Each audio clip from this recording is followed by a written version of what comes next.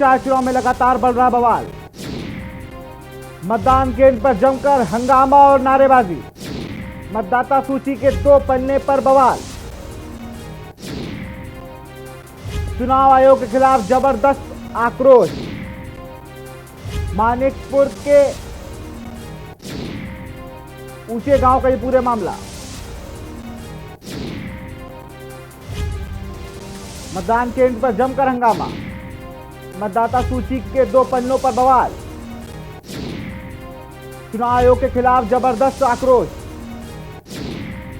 मानिकपुर के एमसा एस्मो ऊंचे गांव का यह पूरा मामला। खबर प्रतापगढ़ से आपको बता रहे हैं। मतदान केंद्र पर जमकर हंगामा और नारेबाजी। मतदाता सूची के 2 पन्नों पर बवाल। चुनाव आयोग के खिलाफ जबरदस्त आक्रोश। मानिकपुर के एमा एस्मो ऊंचे गांव का यह पूरा मामला बताया जा रहा है। बड़ी खबर बता रहे हैं आपको प्रतापगढ़ से। मतदान केंद्र पर हंगामा हुआ है और मतदाता सूची के 2 पन्नों पर यह बवाल हुआ है, जहां पर लोगों का चुनाव आयोग के खिलाफ जबरदस्त आक्रोश देखने को मिला है। मानिकपुर के एमा एस्मो ऊंचे गांव का यह पूरा मामला। खबर प्रतापगढ़ से आपको बता रहे हैं। मतदान केंद्र पर जमकर हंगामा और नारेबाजी। ये तस्वीरें आप देख सकते हैं कि किस तरह ये हंगामा हुआ है। लोगों ने पुलिस को बल प्रयोग तक करना पड़ा। ये तस्वीरें आप देख रहे हैं। मतदाता सूची के 2 पन्नों को लेकर यह बवाल था, जिसने रुद्र रूप ले लिया। भीड़ को काबू करने के लिए पुलिस को बल प्रयोग करना पड़ा।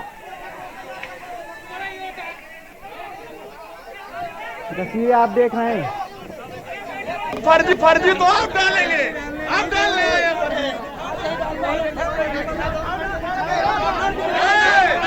पूरी तस्वीरें आप देख रहे हैं तो किस तरह से कितना बवाल हुआ। वहां पर जमकर नारेबाजी की गई है चुनाव आयोग के खिलाफ।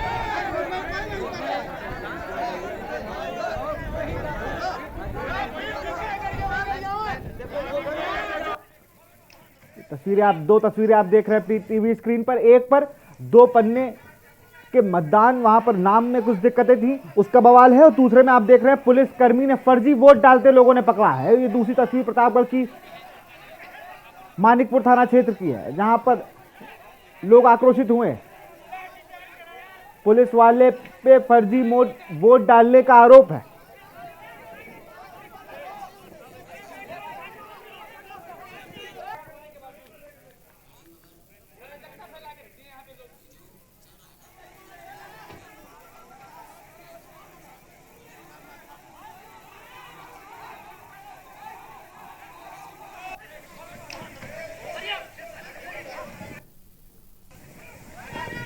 तो लगातार बड़ी बातें करी थी एडीजी लॉ एंड ऑर्डर और डीजीपी से बैठक के बाद कि लगातार कि जिस तरह से पंचायत चुनाव पर हम लोग कोई कसर नहीं छोड़ रहे हैं, कोई भी ऐसा पहलू नहीं देंगे जहां पर लोग उग्र हो या आक्रोशित हो। लेकिन ये 2 तस्वीरें बयां कर रही हैं कि एडीजी प्रशांत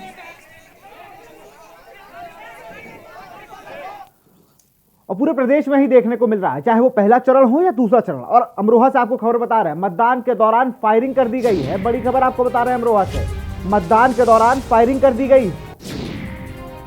बूथ पर फायरिंग से मचा है हड़कंप। पूर्व प्रधान पर विपक्षी प्रत्याशियों द्वारा की गई फायरिंग। गजरौला ब्लॉक के आकरपुर माफी बूथ पर हुई है फायरिंग। अमरोहा से खबर आपको बता रहे हैं। मतदान के दौरान फायरिंग कर दी गई। बूथ पर फायरिंग से मचा है हड़कंप। ये तस्वीरें देखिए। ये है प्रशांत कुमार कह रहे थे कि कुछ भी सारे असलहे जमा है, कोई भी उग्र नहीं होगा, सारे बदमाशों को जेल में बंद कर दिया है। लेकिन ये तस्वीरें तो कुछ और ही बयां कर रही हैं। पहले आगरा और आगरा के बाद आज अमरोहा। फिर से फायरिंग हुई है पंचायत चुनाव में। जो निचली कड़ी है इस देश के पंचायत चुनाव पे, वहां पे कहीं ना कहीं अब उनको गुंडे कवर कर रहे हैं। ये देखिए आप किस तरह से लाठी डंडों का प्रयोग, ये फायरिंग करते युवक दिख रहा है। तो तस्वीरें आप देख सकते हैं किस तरह से पूर्व प्रधान के ऊपर तमाम जितने प्रत्याशी थे उन्होंने मिलकर हमला किया है और फायरिंग करते हुए ईंटें पत्थरों का पत्थरबाजी तक की गई है वहां पर। एक्सक्लूसिव तस्वीरें आप देख रहे हैं के न्यूज इंडिया पर।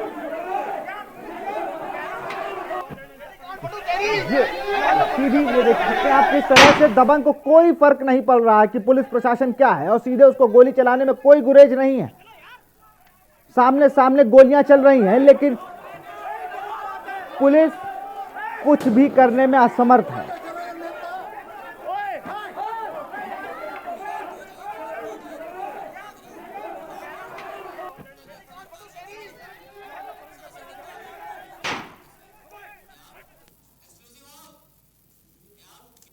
तमाम बातें करता है डीजीपी और एडीजी लॉ एंड ऑर्डर। तमाम प्रेस कॉन्फ्रेंस होती हैं। ये 2-3 तस्वीरें हमने आपको दिखाई, 2 प्रतापगढ़ से, एक अमरोहा से। कहीं कुछ बदलाव नहीं है। गाजीपुर से आपको खबर बता रहे हैं, भावरकोल ब्लॉक से, जहां उस वक्त अफरा तफरी मच गई जब पूर्व ब्लॉक प्रमुख बीडीसी पद के नामांकन के लिए ब्लॉक में जा रहे थे। तभी उन पर और उनकी पत्नी पर हमला कर मार पीटा गया और उनका नामांकन फॉर्म फाड़ दिया गया। इस तरह का आरोप पूर्व ब्लॉक प्रमुख लुटूर राय एवं उनकी पत्नी के द्वारा पुलिस को दिए गए तहरीर में लगाए गए हैं। उन्होंने अपनी तहरीर में मोहम्मदाबाद के विधायक अलका राय के भतीजे आनंद राय उर्फ मुन्ना एवं उनके साथी पर मारपीट और पर्चा फाड़ने का आरोप लगाया है। हालांकि देर शाम तक नामांकन समय से पूर्व दोबारा अपनी सभी कागजात को पूरा कर इन्होंने अपना नामांकन फिर से करा लिया। वहीं इस मामले पर मौके पर पहुंचे एसपी ग्रामीण ने बताया कि पीड़ित ने तहरीर दे दी है और तहरीर के आधार पर जांच के उपरांत ही कार्रवाई की जाएगी। तो कहीं पर प्रत्याशियों के नामांकन के पर्चे फाड़ दिए जाते हैं, कहीं पर जो प्रत्याशी हैं उनके ऊपर गोली चला दी जाती है, कहीं पुलिस वाले खुद फर्जी वोट डालते नजर आते हैं, कहीं पर वोटर लिस्ट में गड़बड़ी पाई जाती है। तो कहीं ना कहीं जो बातें कही गई थी कि बड़ा शांतिपूर्ण और एक अच्छे ढंग से एक नया पंचायत चुनाव सबके सामने होगा, एक रोल मॉडल तय करेगा वो चुनाव का, लेकिन कहीं ना कहीं इस पंचायत चुनाव ने पुलिस महकमे की पोल खोल के रख दी है। गाजीपुर का मामला आपको बता रहे हैं।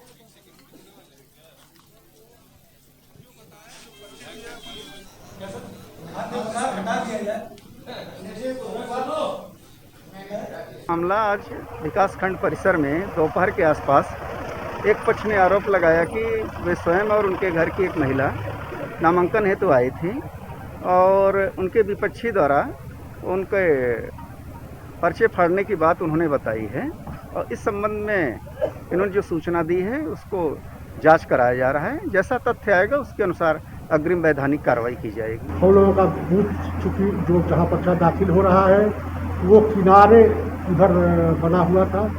हम लोग जब ब्लॉक ऑफिस के आगे बढ़े वहीं 25-30 लोगों की कुर्सी लगा करके बैठे हुए थे। आनंद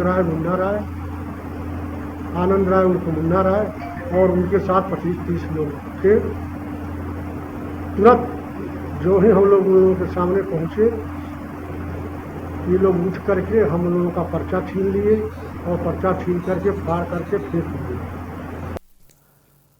तो यहां पर पूर्व ब्लॉक प्रमुख प्रशासन से गुहार लगा रहे हैं कि विधायक अलका राय के भतीजे आनंद राय उर्फ मुन्ना राय, इन्होंने मेरा पर्चा फाड़ा, मेरे और मेरी पत्नी के साथ मारपीट की। इसी पे ज्यादा जानकारी के साथ गाजीपुर संवाददाता इकरार खान हमारे साथ जुड़े हुए। इकरार, इससे पहले क्या जो गार्ड मिलते हैं, जो सुरक्षा मिलती है प्रत्याशियों को, उनकी बात भी सुन लेते। चौरसिया जी जो एसपी ग्रामीण हैं उन्होंने कहा कि तहरीर मिली है।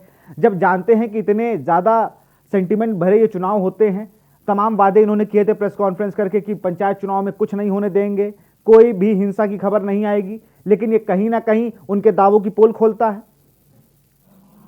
जी, बता देना चाहता हूं कि गाजीपुर के भावरपुर ब्लॉक में पूर्व प्रमुख और अपनी पत्नी के साथ, धर्मपत्नी के साथ दोनों लोग आए पर्चा बीडीसी पर्चा दाखिला करने के लिए। वहीं पे हजारों लोग की संख्या में लोग और पर्चा दाखिला कर रहे थे। उसी समय अलका राय के भतीजे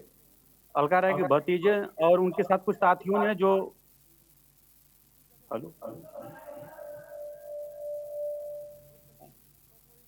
आनंद राय उर्फ मुन्ना राय, उनके साथ साथियों ने मारपीट कर उनका पर्चा फाड़ दिया। अब पर्चा फाड़ने के साथ साथ उनको उसके बाद उन्होंने सीओ एसपी ग्रामीण से बात की, तो एसपी ग्रामीण ने उनको तहत जांच के बोला, उनको भरोसा दिया कि जांच तर करके हम उनके ऊपर उचित कार्रवाई करेंगे। नहीं, उचित कार्रवाई कब करेंगे? अभी तहरीर ली है, वो तो समय रहते नामांकन हो गया, वरना वो जो चीज के लिए पर्चे फाड़े गए थे वो तो उसमें सक्रिय हो जाते। लगातार सरकार से या मुख्यमंत्री जी लगातार ये पुरजोर कोशिश करते हैं कि कोई भी हिंसा ना हो ऐसे चुनाव में, लेकिन जब वो धरातल पे चीजें आती हैं, ये अफसर इतने नाकारा हो गए हैं, ये करना ही नहीं चाहते हैं। इन्होंने क्यों नहीं, जब कोई नामांकन करने जा रहा था तो वहां के रास्ते की क्या सुरक्षा व्यवस्था थी? जी, आपके पास आएंगे इकरार, सीधा आपको ले चलते हैं लखनऊ, जहां उत्तर प्रदेश के प्रेस कॉन्फ्रेंस चल रही है। जनसंख्या का सर्वेक्षण अब तक किया जा चुका है और ये प्रक्रिया बदस्तूर जारी है, आगे भी ये जारी रहेगी। घर घर जाकर कोरोना के लक्षण वाले मरीजों को ढूंढकर उनका ये समुचित समय पर इलाज कराने की जो उत्तर प्रदेश सरकार की एक पहल है, उसको और तेजी से आगे चलाया जा रहा है। इसके साथ साथ टीकाकरण का भी काम बहुत तेजी से चल रहा है। अब तक 91,25,397 लोगों को वैक्सीन की पहली डोज दे दी गई है और पहली डोज लेने वालों में से 16,16,822 लोगों को वैक्सीन की दूसरी भी डोज दी जा चुकी है। इस प्रकार कुल मिलाकर 1,07,42,219 वैक्सीन की डोज लाभार्थियों को लगाई जा चुकी है। कोरोना की टीकाकरण के बारे में सभी नागरिकों से अनुरोध है कि जो भी लक्षित आयु वर्ग के हैं वह अस्पतालों में जाकर अपना टीकाकरण कराएं। निजी अस्पतालों द्वारा भी टीकाकरण किया जा रहा है। कोरोना के संक्रमण से बचाव का सबसे अच्छा तरीका टीकाकरण है और साथ साथ सबको हमको सावधानियां बरतनी है, मास्क निरंतर उपयोग करना है, हाथ धोते रहना है, भीड़ भाड़ से बचे रहना है। सभी लोग अगर इस प्रकार की सुविधा सावधानियां बरतेंगे तो निश्चित रूप से कोरोना के संक्रमण में कमी लाई जा सकती है। माननीय मुख्यमंत्री जी ने आज सुबह प्रदेश में कोरोना के लड़ाई में जो रणनीति है उसकी समीक्षा की थी और उन्होंने बड़े महत्वपूर्ण निर्देश आज दिए हैं। उनमें सबसे महत्वपूर्ण यह है कि ये खबरें कभी आ रही थी कि रेमडेसिविर और ऑक्सीजन की और या जीवन रक्षक अन्य दवाइयों की कालाबाजारी कहीं कहीं हो रही है। इस प्रकार उन्होंने पुलिस को निर्देशित किया है कि इस प्रकार के सभी ऐसे अपराधी जो इस प्रकार का कार्य कर रहे हैं कि वह रेमडेसिविर या अन्य जनउपयोगी और जीवन रक्षक दवाओं की कालाबाजारी अथवा ऑक्सीजन की कालाबाजारी करने का प्रयास कर रहे हैं या कर रहे हैं, उनके खिलाफ कड़ी से कड़ी कार्रवाई करके उनके ऊपर गैंगस्टर एक्ट लगाया जाए, राष्ट्रीय सुरक्षा अधिनियम के अंतर्गत कार्रवाई की जाए और ये सुनिश्चित किया जाए कि उनकी सारी संपत्तियां जब्त हों ताकि आने वाले लोगों को सभी को इस प्रकार का संदेश उपलब्ध हो। हमारे मुख्यमंत्री जी ने रेमडेसिविर की उपलब्धता की समीक्षा भी की है तथा उन्हें बताया गया कि लगभग 1 लाख से अधिक रेमडेसिविर के इंजेक्शन के ऑर्डर सप्लायर्स को जा चुके हैं और अगले 2-3 दिन में लगभग 30,000 से अधिक वायल प्रदेश को प्राप्त हो जाएंगे। इसके साथ साथ उन्होंने ये भी निर्देश दिया है कि अधिक से अधिक उपलब्धता इस दवा की प्रदेश में कराई जाए ताकि किसी भी प्रकार से किसी मरीज को इससे वंचित न रहना पड़े। इसके साथ साथ प्रदेश में ऑक्सीजन की उपलब्धता बढ़ाने के लिए उन्होंने निर्देशित किया है कि जितनी एमएसएमई की इकाइयां हैं या औद्योगिक इकाइयां हैं जो कि औद्योगिक कार्यों के लिए ऑक्सीजन बना रही हैं, उनको निर्देशित किया जाए कि फिलहाल वह उस ऑक्सीजन का उपयोग मेडिकल ऑक्सीजन के रूप में करे और छोटी छोटी इकाइयां भी यदि हैं तो वो अपने पास के अस्पताल में उस ऑक्सीजन को उपलब्ध कराए ताकि अधिक ट्रांसपोर्टेशन की आवश्यकता ना पड़े, अधिक सिलेंडर्स की आवश्यकता ना पड़े, स्थानीय स्तर पर ही ऑक्सीजन की उपलब्धता सुनिश्चित हो जाए। ऑक्सीजन के बारे में भी उन्होंने ये आम जनता को आश्वासन दिया है कि ऑक्सीजन की कमी नहीं है। कुछ लोग अफवाहें फैलाकर इस ऑक्सीजन में भी कालाबाजारी करने का प्रयास कर रहे हैं। पुलिस को निर्देशित किया गया है कि ऐसे कालाबाजारी करने वाले व्यक्तियों के खिलाफ कड़ी से कड़ी कार्रवाई करके गैंगस्टर और रासुका में उनको निरुद्ध करके उनकी संपत्तियां भी जब्त की जाए। एक भारत सरकार ने प्रदेश सरकार का ऑक्सीजन का जो आवंटन है वो भी काफी मात्रा में बढ़ा दिया है, इसलिए प्रदेश में अब ऑक्सीजन की उपलब्धता में वृद्धि हुई है। ऑक्सीजन की उपलब्धता में समस्या नहीं आएगी। उन्होंने बिजली विभाग को निर्देशित किया कि जो ऑक्सीजन प्लांट है उनमें विद्युत की आपूर्ति निर्बाध रूप से करी जाए। इसके साथ साथ 10 ऐसे जनपद जहां पर की सबसे अधिक कोरोना के मामले आए हैं, उन्होंने निर्देशित किया है कि बेड जहां पर भी जिस भी जिले में इस प्रकार के मामले हैं, बेड की संख्या दुगनी की जाए। आज उन्होंने इस बात पर भी चिकित्सा स्वास्थ्य मंत्री, चिकित्सा शिक्षा मंत्री जी को निर्देशित किया कि केजीएमयू में, पूरे केजीएमयू को कोविड अस्पताल में बदलने के उनके निर्देश दिए थे, उस पर तेजी से पालन होना चाहिए और लगभग 4000 बेड जो केजीएमयू में उपलब्ध हो सकते हैं उनको एक समयबद्ध तरीके से जनता के लिए उपलब्ध कराया जाना चाहिए। इसके साथ साथ बलरामपुर अस्पताल में, जहाँ की 700 बेड का भी अस्पताल एक कोविड अस्पताल में वो कन्वर्ट होना था, उसमें बताया गया कि लगभग 300 बेड हो चुके हैं। शेष 400 बेड को भी उन्होंने निर्देशित किया कि अगले 24 घंटे में शेष 400 बेड को भी चलाकर इसको 700 बेड का एक पूरा बड़ा अस्पताल इसको बनाया जाए। इसके साथ साथ एरा, हिंद, टीएस मिश्रा इंटीग्रल और मेयो मेडिकल कॉलेज को भी पूर्णतः कोविड हॉस्पिटल के रूप में क्रियाशील कर तत्काल इसमें कार्रवाई प्रारंभ की जाए। होम आइसोलेशन में रहने वाले लोगों को मेडिकल किट भी 1 सप्ताह की दवाइयों का उपलब्ध कराया जाए। इसके साथ साथ उन्होंने ये भी सुनिश्चित कराने के निर्देश दिए हैं कि प्रदेश में मास्क लगाने की जो नियम है उसको तेजी से, उसको बड़ी सख्ती से लागू किया जाए और पहली बार अगर कोई मास्क बिना मास्क के मिलता है तो उसे 1000 रुपए का जुर्माना, और अगर दूसरी बार वही व्यक्ति बिना मास्क के मिलता है तो उसको 10 गुना जुर्माना उस पर लगना चाहिए। इसको सख्ती से लागू किया जाए। इसके साथ साथ मुख्यमंत्री हेल्पलाइन को भी और सुदृढ़ कर वो मुख्यमंत्री हेल्पलाइन के माध्यम से आइसोलेशन में रहने वाले मरीजों और टेस्ट कराने वाले मरीजों को भी लगातार उनसे संपर्क कर उनके स्वास्थ्य की जानकारी लेने के लिए तथा उनसे अस्पतालों में सुविधाओं के बारे में भी जानकारी उपलब्ध कराने के लिए उन्होंने कहा है। इसके साथ साथ उन्होंने ये भी कहा है कि निजी चिकित्सालयों में, निजी टेस्ट लैब की भी जो क्षमताएं हैं उनको क्षमता का पूरा उपयोग किया जाए ताकि अधिक से अधिक टेस्ट प्रदेश में हो सके। अधिक से अधिक टेस्ट होने से मरीजों की सही समय पर पहचान की जा सकती है और सही समय पर पहचान कर सही समय पर इलाज करके उनकी मरीजों की जान बचाई जा सकती है। उन्होंने इस बात पर भी सभी जिलाधिकारियों को निर्देशित किया कि किसी भी प्रकार से कोई भी प्राइवेट लैब कोई भी टेस्ट करने से नहीं मना कर सकती है और उन्हें पूरी क्षमता से टेस्ट करने के लिए उनको निर्देशित किया जाए और पूरा टेस्ट उनसे कराया जाए। वर्तमान समय में कोरोना के बीमारी संक्रमण के बावजूद भी प्रदेश सरकार द्वारा किसानों से गेहूं क्रय का कार्य बड़ी तेजी से किया जा रहा है। अभी 2021-22 के रबी विपणन वर्ष में गेहूं की खरीद का जो कार्य प्रारंभ हुआ था उसमें 3,67,400 मीट्रिक टन, लगभग 36 लाख क्विंटल गेहूं का क्रय हो चुका है। इसके लिए पहली बार 6000 से अधिक सेंटर खोले गए हैं और इस बार किसानों के जो संगठन है, किसान उत्पादक संगठनों को भी इसमें क्रय केंद्र आवंटित किए गए हैं। पहली बार किसानों के माध्यम से किसानों का गेहूं खरीदने का एक प्रयास किया जा रहा है और ये भी कोशिश की जा रही है कि 72 घंटे के अंदर सभी किसानों के खातों में पैसा उनका जो धनराशि हस्तांतरित हो जाए और उसमें काफी मात्रा में सहायता मिल रही है। प्रदेश में मिशन रोजगार के अंतर्गत भर्तियों की प्रक्रिया भी तेजी से चलाई जा रही है। इसके साथ साथ नई एमएसएमई इकाइयों की स्थापना कर एमएसएमई के माध्यम से रोजगार के अधिक से अधिक अवसर सृजित करने का जो एक अभियान चलाया गया था उसको और तेजी लाई जा रही है ताकि अधिक से अधिक लोगों को रोजगार का उपलब्ध कराया जा सके। निगरानी समितियां और क्वारंटीन सेंटर्स की माननीय मुख्यमंत्री ने समीक्षा की। प्रदेश में लगभग 800 क्वारंटीन सेंटर की स्थापना हो चुकी है और इसे और तेजी से स्थापित किया जा रहा है। बाहर से आने वाले लोगों को उनके लक्षणों के हिसाब से इन क्वारंटीन सेंटर्स में रखा जाएगा। वहां पर इनके खाने पीने रहने की सब सुविधाएं सरकार के द्वारा की जाएगी। टेस्ट नेगेटिव आने पर ही उन्हें घर भेजा जाएगा और अगर उनके घर में होम आइसोलेशन की सुविधा है तभी उन्हें घर भेजा जाएगा। इसके साथ साथ मुख्यमंत्री ने यह भी निर्देश दिया है कि जिस प्रकार जो पिछले कोरोना के समय में निराश्रित व्यक्तियों, गरीब व्यक्तियों, रेहड़ी पटरी वालों को सबको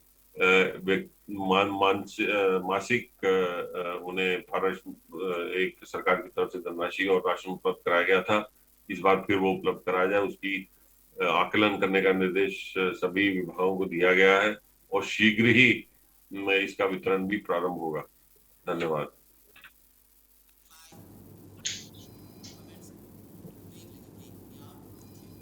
तो यहाँ पे आप सुन रहे थे एशिया सूचना नवनीत सहगल को, जिन्होंने बताया कि जिस तरह से लगातार जिस 10 जनपदों में कोरोना के भयावह स्थिति, वहाँ पे बेड बढ़ाने के आदेश दे दिए गए और रेमडेसिविर इंजेक्शन के भी 1 लाख डोज का सप्लायर को ऑर्डर दे दिया गया। यहाँ रुकते छोटे से ब्रेक के लिए, जल्द हाजिर हो गए।